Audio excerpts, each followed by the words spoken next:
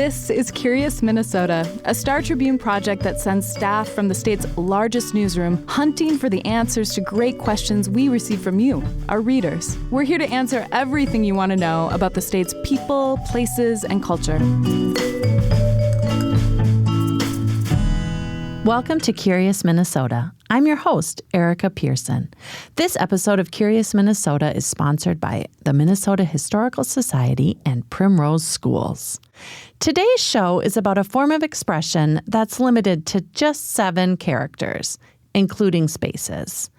I'm talking about personalized or vanity license plates. Here in Minnesota, they let drivers go beyond a random combination of numbers and letters and the standard Land of 10,000 Lakes motto to celebrate their professions and passions. This question came to us from Patrick Jones, who's from Richfield. Here he is. What are the rules about personalized license plate in the state of Minnesota?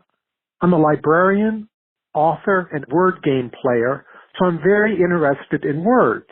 And often I'll see a personalized license plate and I'll immediately try to figure out what does it mean. But that led me to think, well, there has to be someone who decides what is allowed and not allowed on a license plate. I mean, obviously you're not going to allow obscenities or racial slurs, but who decides that? And couldn't people try to sneak it in with doing it backwards or using different languages other than English, using numbers in a certain way? Thanks so much to Patrick for this great question. I'm here today with my colleague, Tim Harlow. Tim, welcome. Thanks. It's good to be here. So this question seems to be a natural fit for you here at the Minnesota Star Tribune because of your weekly column. Can you tell folks a little bit about how you spend your time here? Yeah, I have a column. It's called The Drive. It runs in print every Monday.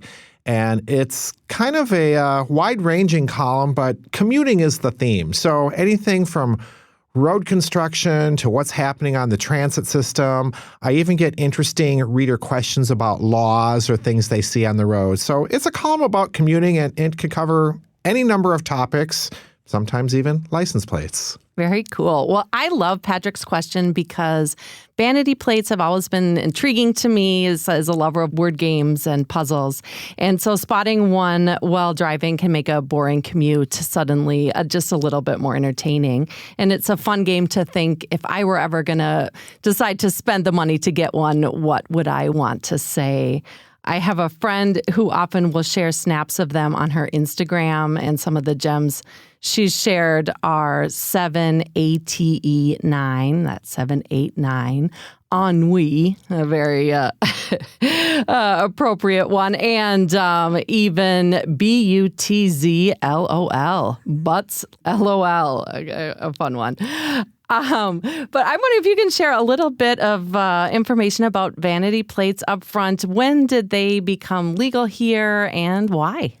Well, Minnesota has offered what we call vanity plates or personalized plates since the late 70s, early 80s. So we've had them, over 40 years. It was just a way that the Department of Vehicle Services wanted to inject some fun into driving, but also, there's a revenue aspect to it. So a couple of reasons why they came into being, and now they're available in, all 50 states. So we're not unique in that. Got it. And how are they different from regular license plates, just besides the look of them? Regular license plates in Minnesota have 3 numbers and 3 letters. Vanity plates can have up to 7 characters. There must be at least 1 number in the string of characters. But you are free to create basically a personalized plate. That's why they're called that. And you can put your message on your license plates. And what other types of different license plates does Minnesota have? Minnesota has 123 specialty plates. Those would be, if you're a fan of the Vikings, you could get a Vikings plate. Or if you want to support the state parks, you could get a plate for that.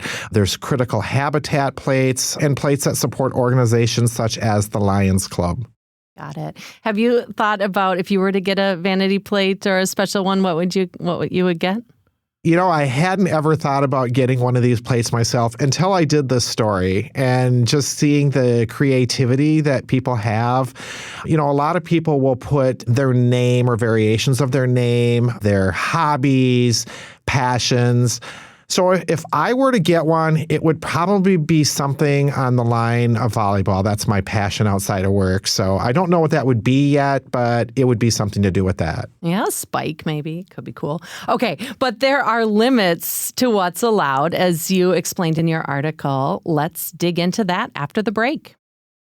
At Primrose, our balanced learning approach means exploring academic skills and life skills, combining purposeful play with nurturing guidance from teachers, and setting children up for success in future classrooms. Learn more at primrosechools.com/TwinCities. So tell us about the people who decide what is and what isn't allowed on a plate here. Okay, well, let's start with state statute. The law reads that you cannot have a plate that promotes a commercial business or for commercial purposes. So I could not have a plate that said STARTRB, Star Trib, to promote the paper. As much as I'd like to, I can't do it. The law also prohibits plates that have words that are obscene, combinations that are immoral, or would be in bad public taste. So basically, anything that would not fly in a family newspaper or on TV would not fly on a vanity plate. But it's people who actually look at the plates, right? So tell us about them. Interestingly enough, there is actually a special plates unit. And when people apply for a vanity plate, the combination of letters and numbers, this committee really has to do its research. I mean, it's like mental gymnastics. They consult dictionaries, thesauruses, they're reading online websites and places where people exchange chat because, the way people use words these days and put things together, I mean, I wouldn't know what a lot of those things are just because, it's a new generation. But this committee has to run every application through several set of eyes to make sure that it's not obscene, that it's not immoral, that it's not in bad taste. They run it through a lot to make sure that we're not putting anything out there that would be offensive to drivers in Minnesota. Got it. And how many vanity plates end up getting turned down? By and large, most people follow the rules and are putting in creative ones, and they sail right through after the review, of course. But last year, there was about 740 that were rejected. So it does happen. They don't just rubber stamp these things. And can you appeal the decision? Unfortunately, no. Once this committee or special plates unit makes the decision, and it's comprised of several people, so it's not just somebody arbitrarily saying, yeah, no, I don't like it, or yeah, they can have it. But there is no appeal. Okay. And sometimes offensive plates do end up getting through the system. You covered one instance back in 2016 that led to public outcry. Can you talk a little bit about that? Yeah. And again, I don't know what the standards were back in 2016. I mean, we're 9 years later now, but generally what had happened was a gentleman up in St. Cloud had applied for a plate that was disparaging. It got through. It actually was put onto a truck. Some people saw it in a parking lot, raised an issue with the Department of Vehicle Services, and the plate ended up being revoked. Okay, so that's something that people can report if they see something. Absolutely. Yeah. If there's something that just kind of churns your stomach and you don't think that it's appropriate, you can flag it, and then DVS will investigate. And if they determine that, yeah, that was one that probably shouldn't be out there, they can take the plate back. Okay. We will be right back. Programming supported by Minnesota Historical Society. History doesn't only exist in the pages of a book, it exists all around us. Listen to Minnesota Unraveled, a podcast examining the history of our state. Subscribe wherever you get your podcasts. So if you're a Minnesotan who wants to get a vanity plate, can you take us through the process of how you apply and how it works? And there's a price involved too, I'm imagining. Yeah. First of all, vanity plates are $100, and then there's some other fees that kind of get tacked on. But it starts with an application. So you fill out an application, and then you have to list 3 choices of license plates. And mainly that's because, if I wanted to get Spike or Spike 12 or whatever, it may be taken. And so I need to put a second and a third choice on my application. Now, I can go on to the Department of Vehicle Services website and check the availability of vanity plates before I apply. So I can actually pick 3 that I would like and probably won't be taken by somebody else. So you can check that before you fill it out. But the application is filled out, and then I have to put in a little explainer as to what my license plates mean. Going back to the one that I was speaking about being revoked, the applicant said, oh, it's the name of 3 bands that I play in, and it was mushed together. Well, it wasn't. It was determined that that wasn't. But you do have to explain the reasoning for your choices.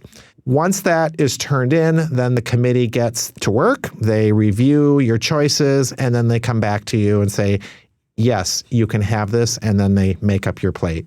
That is so interesting. Thank you. Did you get any cool or intriguing feedback from readers after this piece came out? You know, I did not get any direct phone calls or emails, but I did notice that a number of people commented in the chat. And so I think people enjoyed it. Yeah, I appreciated all of our commenters who shared some of their own vanity plates. That was really interesting, or ones that they'd seen. We had a genealogist who said that their own plate reads GRVFNDR. That's Grave Finder, not Gryffindor. And another one who wrote in that their favorite was on a 1970s Plymouth Horizon, and it said OVRTHE, over the horizon. And even there are a few more. One who spotted a Honda Element with I am in my, and a Mini Cooper with a plate that said UK SUV. So that was fun. Okay, that's it for today's show. Thanks so much, Tim. You're very welcome. You can read all of our Curious Minnesota stories online at startribune.com/curious. Thanks, as always, to Matt Gilmer for editing this podcast. And if you have feedback for us or a question you'd like us to answer, send a note to curious@startribune.com. Thanks. Thanks for listening to Curious Minnesota. We want to hear from you. Ask questions and read more stories online at startribune.com/curious. Our show is recorded at the Star Tribune's headquarters in beautiful downtown Minneapolis, and our music is produced by Matt Gilmer. If you like the show, please rate us on iTunes or leave a review. And until next time, stay curious.